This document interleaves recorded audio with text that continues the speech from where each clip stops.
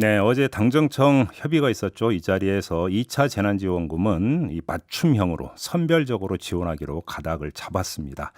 자, 그 자세한 내용 2분 연결해서 들어보도록 하겠습니다. 한정혜 더불어민주당 정책위 의장 만나봅니다. 나와 계시죠? 네, 안녕하세요. 네, 한정혜입니다. 우선 축하드리겠습니다. 정책위 의장을 맡으셨는데요.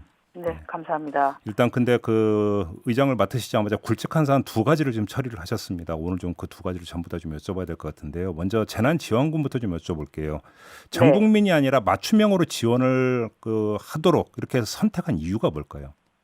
일단 그 전 국민이 불편하시기는 하시죠, 그죠? 네, 그런데 재난과 불편은 구분돼야 할 필요가 있고요. 네, 예, 재난을 당하신 분이 있고 음, 대개 국민들 중에 좀 불편하신 분들이 있습니다. 네, 그런데 네, 저희가 이번에는 재난에 집중할 필요가 있다. 그래서 재난을 이번 코로나19라고 하는 재난을 통해서 더 어려워진 분들에게 도움을 좀 드리는 것이 맞다라고 해서 이번에는 맞춤형으로 긴급 지원 또한 이제 패키지 방식으로 이렇게 지원해드리기로 했습니다. 의장님 그러면 지금 불편이라는 표현을 쓰셨는데 이 불편이라는 단어는 어떻게 이해를 해야 되는 겁니까? 사실 불편하시죠. 길거리 다니시기에도 마스크를 해야 하고 잘 만나는 것이 뭐 대면이 안 되니까 일을 네. 처리하기도 쉽지는 아니하고 이렇지만 예, 사실 소득의 감소가 없는 분들도 많이 있습니다. 소득의 감소가 없는 분들도 많고 네, 때로는 이번 코로나19 때문에 어떤 업종의 경우에는 훨씬 더 그 예전에 비해서 소득이 오히려 증가하신 분들도 있으신 거죠. 그러나 불편하기는 모든 국민이 불편합니다. 예전에 예. 하지 않았던 한여름에도 마스크를 하셨어야 되고 네, 이런 것들이 있는 거죠. 그래서 불편과 재난은 구분돼야 하고 우리가 재난이라고 하지 않습니까? 예. 재난이기 때문에 지원을 해야 된다고 하면 그 재난을 당하신 분에게 긴급하게 제대로 두텁게 보호를 해드리는 것이 맞다는 것이죠. 그럼 아마 이 질문이 따라 붙을 수밖에 없는데요. 1차 때는 네. 그러면 그 국민 모두가 불편을 넘어서 재난이었느냐 이런 질문이 그러니까 당연히 따라오지 않겠습니까? 그러면? 그렇습니다. 그런데 그때는 2월부터 시작되었던 그 코로나19로 인해서 사실 아무런 준비가 좀 되지 않고 정부도 준비가 되어 있지 않은 상태에서 급격하게 나빠지는 업종들이 있었습니다. 예, 그래서 예. 일정 부분 소비 진작의 형태, 모든 분들에게 돈을 좀 들여서 이것이 소비의 형태로라도 좀 돌아올 수 있게 하자라고 하는 것이 있었고요. 또 네, 하나는 네. 총선을 앞두고 여야를 가리지 않고 다 전 국민에게 지급을 하겠다라고 하는 약속을 한 바가 있습니다. 예, 사실 그때도 정부는 그렇게 할 수는 없다. 한 70% 정도에서 조금 더 취약한 계층에 계시는 분들에게 집중적으로 지원을 하겠다고 했는데 국회가 좀 우겼죠. 우겨서 전체를 다 드리게 된 겁니다. 왜냐하면 그것은 소비 진작을 통한 경기를 좀 이어나가기 위한 그러한 목적도 있었습니다. 예, 의장님 지금 그 말씀을 그러면 또 그대로 그 이해를 하면 여야를 떠나서 네, 당시에 전 국민에게 지급하자라고 하는 어떤 이런 주장에는 선거 논리가 개입돼 있었다 이런 말씀이시잖아요. 간단히 정리하면. 일정 부분 그런 게 있었다고 봐야 됩니다. 그것을 야당에서 먼저 주장을 했죠. 전 국민에게 지급을 하자라고 하는 걸. 당시 기억을 되돌려 보시면 황교안 전 대표께서 1인당 50만 원이라고 하는 발언부터 시작해서 네. 그때 나왔습니다. 네. 그래서 그걸 구분해서 복잡하게 결국은 70% 이렇게 하려고 하면 선별하는 데 들어가는 비용도 있을 거 아니냐. 그 비용까지를 그냥 포함해버린다면 차라리 전체를 지급하는 것이 맞다. 라고 하는 그런 공감대가 국회에서 형성이 되었던 것이죠. 그러니까 제가 이 질문 다시 한번 확인차 드리는 이유가 있는데요. 그러니까 최근에 어떤 또 주장이 나오고 있냐면 그때 그 전 국민에게 줬던 게 결국은 표를 모으기 위해서 했던 거 아니냐, 표퓰리즘 아니었던 거냐 이런 그 주장이 나오지 않습니까? 딱히 포퓰리즘이 완전히 아니었다라고 정치권에서 답변하기는 어렵죠. 그러나 그때 고민을 했던 것은 이제 여당의 차원에서 고민을 했던 것은 이게 선별하는 데 들어가는 비용이 일정 부분 있을 것이다. 저희가 아동수당을 하위 90%를 주자라고 했다가 그냥 전체를 다 하는 것으로 정리한 것처럼요. 그런 선별 비용이 들어간다라고 하는 데 대한 부담. 그리고 그러려고 하면 시간이 또 많이 들어간다. 시간이 많이 필요하다. 그래서 필요할 때 지원이 되지 않는다라고 하는 것.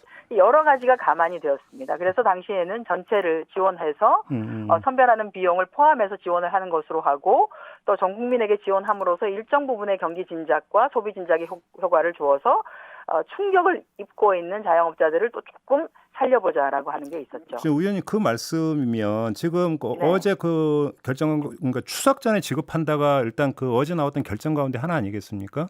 그러면 추석 전에 지급하도록 노력하는 것이죠. 근데 그 지금 의원님께서 말씀하신 상황 논리에 따르면 지금도 그 상황 논리는 똑같이 작동이 돼야 되는 거 아니겠습니까? 지금은 좀 다릅니다. 이것이 2월부터 시작되어서요. 예. 이제는 저희가 1차, 2차, 3차에 걸쳐서 추경을 진행을 하면서 사실은 어떤 업종이 문제가 되고 어떤 곳에 피해가 크고라고 하는 게 각 부처별로 정돈이 되어 있는 게 있습니다. 야, 그래요? 예, 그렇습니다. 그래서 이번에는 더불어서 100% 국채를 발행해서 지원을 해야 되는 것인 만큼 정말로 재난을 당하신 분에게 좀 맞추어서 긴급하게 알겠습니다. 지원을 해드리도록 하자. 그럼 그건 좀 이따 좀 여쭤보도록 하나만 더 여쭐게요. 지금 그 이재명 경기지사가 그 페이스북에 올린 걸 아마 보셨을 것 같은데요.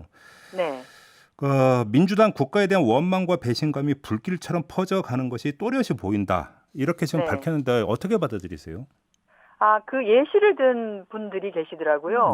그 반지를 팔아서 이렇게 하신 분이 있는데 그분들의 경우에 이번에 저희가 마련한 긴급 생계 지원비를 통해서 지원이 됩니다. 그래서 그 이번에 이제 맞춤형 긴급 지원 패키지라고 하는 것은 소상공인과 또 자영업자가 업종으로 보면 거기다가 이번에 집합금지 명령을 받은 그런 특별한 업종들이 아주 충격이 크긴 하지만 그 외에도 생계상의 어려움을 겪고 있는 분들이 포함되도록 해왔고요. 또 하나는 사실 학교가 열렸다가 또 닫혔다가 이런 것을 반복하면서 각 가정에서 그 아이들을 돌보는데 느끼는 부담과 비용이 많이 발생을 했습니다. 그래서 그런 돌봄에 대한 비용까지를 감안한 아마 최종적으로 저희가 비상경제대책회의를 통해서 다음 주 중에 완전히 확정해서 발표를 할 텐데요. 그때 보시면 꼼꼼하게 정부가 또 당정이 챙겼구나, 당정청이 한마음이 돼서 꼼꼼하게 재난이 있는 곳에 지원이 될 수 있게 하려고 하는 걸 챙겼구나라고 하시는 걸 좀 느끼실 수 있을 겁니다. 알겠습니다. 조금 전에 이제 부처별로 준비가 돼 있다고 말씀하셨으니까 바로 그 질문을 좀 드릴 텐데요. 지금 선별을 할 수 있는 모든 어떤 데이터라든지 기준을 다 확보를 했다는 말씀이십니까? 데이터라기보다는 업종과 계층을 확보를 한 것이죠. 데이터는 이제 대개는 소득과 관련된 데이터를 예를 들어서 소상공인이나 자영업자의 경우에는 매출 지난해 한 해의 매출과 관련된 소득 신고를 그해 5월에 부가세 신고를 하면서 다 하지 않습니까? 그래서 나와 있는 게 있습니다. 그렇게 나와 있는 게 있고요.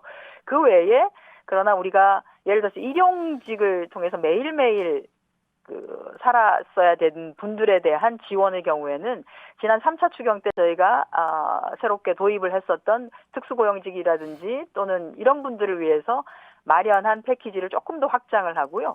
그것에도 안 되면 말씀드린 것처럼 긴급 생계지원비를 통해서 지원이 가능하게 이렇게 되어 있습니다. 예를 들어서 그럼 좀 예를 들어서 질문을 드릴게요. 그러니까 뭐 PC방이라든지 노래방이라든지 이렇게 이제 영업을 제한을 했던 것 같은 경우는 오히려 이제 그 선별하기가 쉬울 것 같긴 한데 예를 들어서 매출 감소 소상공인이라고 하는 지금 항목이 있습니다. 그러면 이 매출 감소라고는 전년 대비가 되는 겁니까? 기준점이?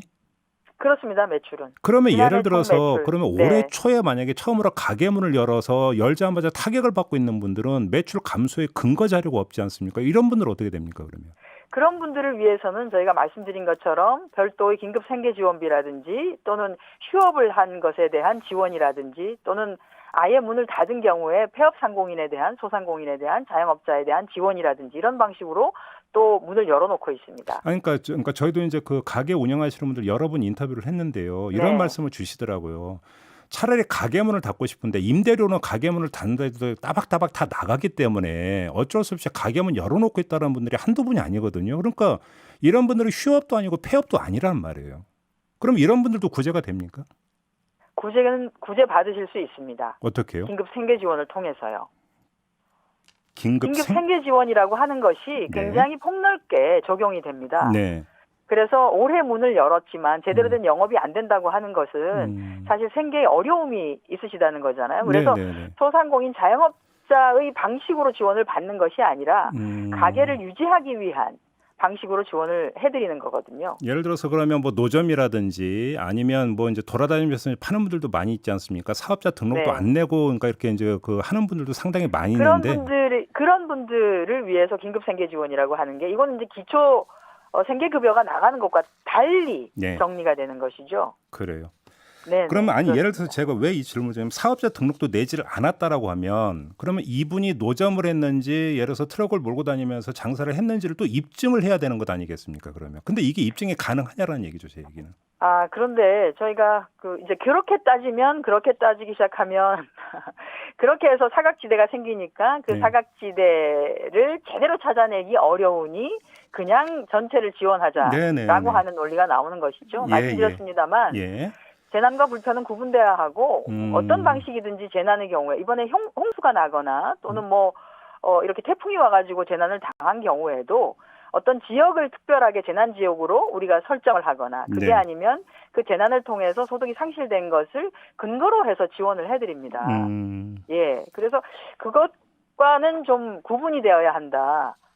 라고 하는 말씀을 드리겠습니다. 알겠습니다. 이게 이제 꼬리에 꼬리를 물는 것이기 때문에 이거는 뭐 시간이 제한이 돼 있기 때문에 이 정도로 좀 가름을 하도록 하겠고요. 지금 의장님 연결한 김에 하나 더 여쭤봐야 되는 문제가 있는데 지금 그 전공의들의 집단 휴진을 계속 이어간다고 하는데요. 이렇게 돼버리면은 그 저번에 합의는 어떻게 되는 겁니까?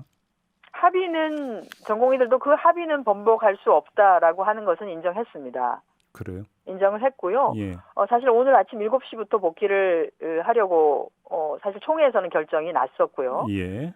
다만 이제 문제가 되는 게 그 총회의 결정 과정에서 일반 전공의들이 의사결정 과정에 참여하지 못한 것에 대한 좀 문제 제기가 있어서 네네. 일반 현장 전체 투표를 해서 진행해야 되는 거 아니냐라고 하는 문제 제기가 있어서 일단 오늘 전체 전공의들을 연결한 간담회를 통해서 왜 총회에서 그런 결정을 했는지를 설명을 하고 설득을 하는 시간을 갖는 것으로 그렇게 알고 있습니다. 그러면 이제 오늘 회의를 거치면 집단 휴진 이것도 그러니까 결국은 철회되지 않겠는가 이렇게 기대를 하시는 건가요? 예, 그렇게 됩니다. 왜냐하면 지금 전공의들을 중심으로 구성되어 있는 대전협 비대위에서는 이 회의의 결과, 합의의 결과는 받아들일 수밖에 없고 또 하나는 총회에서 이것을 결정했기 때문에 이런 방식으로 몇 개의 단계를 나누긴 하나 일단 집단휴진 사태는 마감하는 것으로 결정을 했기 때문에 그것을 다시 번복하기는 어렵다. 그 결정은 유지가 되어야 한다. 다만 제대로 소통이 좀 부족했다고 하니 오늘 하루 충분한 설명의 시간, 소통의 시간을 갖겠다. 이런 것으로 저희는 알고 있습니다. 사실관계를 하나 좀 확인할 게 있는데 그럼 아무튼 합의가 도출되는 과정에서 의사협회 쪽이 이제 카운터파티였지 않습니까? 그런데 그럼 전공의들의 얘기가 이 전공의들이 전부 다 수렴이 돼서 여기서 이제 그 도장 찍는 게 아니다라는 사실을 혹시 알고 계셨습니까? 전공의들을 제가 전공의 젊은 의사 비대위로 이제 꾸려졌는데요. 그 지도부를 만났었고요. 제가 확인을 정확하게 한 것이 있습니다. 이 창구가 의협으로 의사협회로 단일화된 것이 맞느냐? 맞다라고 하는 답을 들었고요. 그러면 당신들의 의견을 의협을 통해서 개진을 하시라. 그렇게 하겠다. 라고 하는 확인을 받았습니다. 명시적으로 그 이야기를 들었다는 말씀이신 거죠? 그렇습니다. 그렇게 됐고 본인들도 지금 모든 의사 집단의 의사를 총의적으로 대변하는 것은 대한의사협회라고 하는 것은 인정하고 있습니다. 다만 왜 이것이 철회가 아니냐.